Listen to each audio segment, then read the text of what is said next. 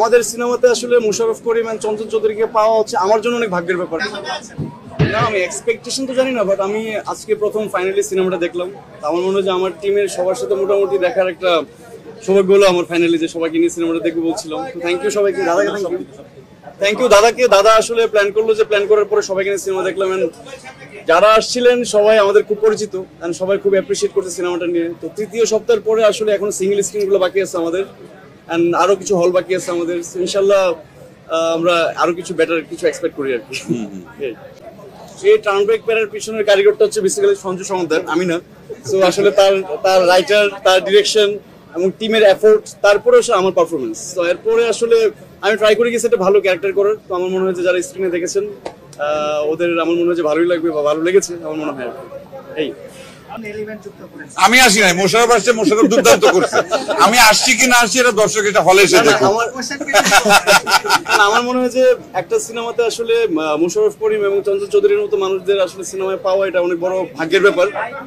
আমাদের সিনেমাতে আসলে মোশাররফ করিম এবং চঞ্চল চৌধুরীকে পাওয়া হচ্ছে আমার জন্য অনেক ভাগ্যের ব্যাপার। কারণ আমার সিনেমার ক্যারিয়ারে আসলে যাদের সাথে আমার কাজের সক্ষতা বারবারই ওদের সাথে আমার দেখা হয়েছে অনেকভাবে, অনেক সিনেমাতে। তো একই সিনেমাতে আসলে এরকম মানুষদের ইনভলভমেন্ট, আমি এর আগে বলে এসেছিলাম যে ইন্ডাস্ট্রির জন্য অনেক বেটার। চঞ্চল চৌধুরী, মোশাররফ করিম, ফজলুর রহমান বাবু আসলে সবার কোলাবোরেশন জন্য আসলে একসাথে হবে, তখন আসলে সিনেমা আরো বড় হবে। হাওয়াতে আমি ছিলাম চান মাঝি, তোমার শত্রু, আর এইখানে তুমি ভিলেন। এখনো চঞ্চল চৌধুরী খেলাটা কিন্তু এখনো বাকি আছে। আমার মনে হয় যে ইনসাফ 2টা তাড়াতাড়ি বানালে দেখতে পারবে সবাই। এবার সঞ্জয় কিছু বলুক।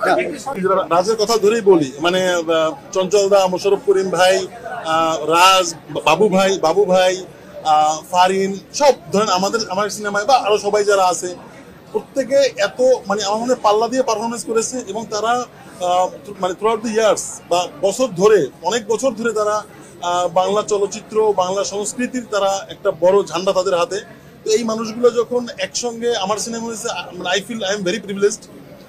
কারণ হচ্ছে এটা আসলে তারা যদি তারা নাই করতে পারতেন আমাকে, তারা যে আমাকে বিশ্বাস করেছেন এবং একজন নির্মাতা হিসেবে আমি সেই জায়গায় সৎ থাকার চেষ্টা করেছি। প্রত্যেকে যে যতটুকু তাকে সে আমার প্রমিজের জায়গাটা রাখতে, এবং তারা আমাকে বিশ্বাস করেছেন, তাদের প্রতি কৃতজ্ঞতা। এবং এই ঋণ তো আসলে আমি আমার এই ছোট্ট জার্নিতে অল্প কথায় বলাও যাবে না। তো দাদা কৃতজ্ঞতা। মোশাররফ ভাইকে মিস করছি না, এটা কৃতজ্ঞতা না। সঞ্জয় হয়তো এটা বলতেই পারে যে আমি ওর ছবিতে ছোট্ট একটা মানে চরিত্রে অল্প একটু সময়ের জন্য মানে অতিথি শিল্পী হিসাবে কাজ করেছি। বিষয়টা আসলে সেই জায়গা থেকে না। আমি আসলে ব্যক্তিগতভাবে চাই আমাদের সামগ্রিক সিনেমার আসলে ডেভেলপমেন্টটা, এবং আমাদের সিনেমা যেন সারা বছর ধরে এরকম উৎসব মুখর পরিবেশে সিনেমা হলের জন্য দর্শকরা আসেন, দেখেন, এনজয় করেন। শুধুমাত্র 2 ঈদকে কেন্দ্র করে আর বাকি 8 মাস ফাঁকা থাকলো, সিনেমা হল বন্ধ থাকলো, সেটা যেন না হয়। সেক্ষেত্রে সবাই আমরা সবার সঙ্গে আমরা একসঙ্গে কাজ করি। আমরা চাই যে সারা বছর ভালো ভালো সিনেমা নির্মিত হোক এবং দর্শক হলে এসে সেই সিনেমা দেখুক। এবং সেই জায়গার থেকে কিন্তু আমি তুফান সিনেমাতেও সাকিবের সঙ্গে কিন্তু গেস্ট অ্যাপিয়ারেন্স বাবু ছিলেন তুফানে, আমিও ছিলাম। আবার এখানে সঞ্জয় বলেছে আমি দিয়েছি, আবার মোশাররফ দিয়েছে গেস্ট অ্যাপিয়ারেন্স, আবার সাকিব খানের ছবিতে নিশো দিয়েছে, সিয়াম দিয়েছে। তার মানে কি, এটা হচ্ছে যে আমরা সবাই আসলে একসঙ্গে কাজ করতে চাই সিনেমার জন্য। সারা বছর ব্যাপী আমাদের বাংলাদেশের সিনেমা প্রেমী দর্শকরা যেন সিনেমা হলে এসে উৎসব করতে পারেন, সেটার জন্য আসলে আমাদের সামগ্রিক এই চেষ্টাটা দরকার। এবং এটা আমি মনে করি সেই চেষ্টারই একটা অংশ। একদম ভেরি ট্রু। আর সবাই সবার জায়গা থেকে ইন্ডাস্ট্রিকে আমরা কন্ট্রিবিউট করতে চাই। তো এই ইনসাফে আসলে এই আমার এমনি তো ধরেন পুরো জার্নিটাই তো খুব রোমাঞ্চকর, কিন্তু একই সঙ্গে এতগুলো গুণী আর্টিস্টকে একসঙ্গে পাওয়া, এটা একজন ডিরেক্টর হিসেবে ভীষণ আনন্দের। For more updates, follow us on Facebook, subscribe our YouTube channel, get the latest update on www.daily-sun.com.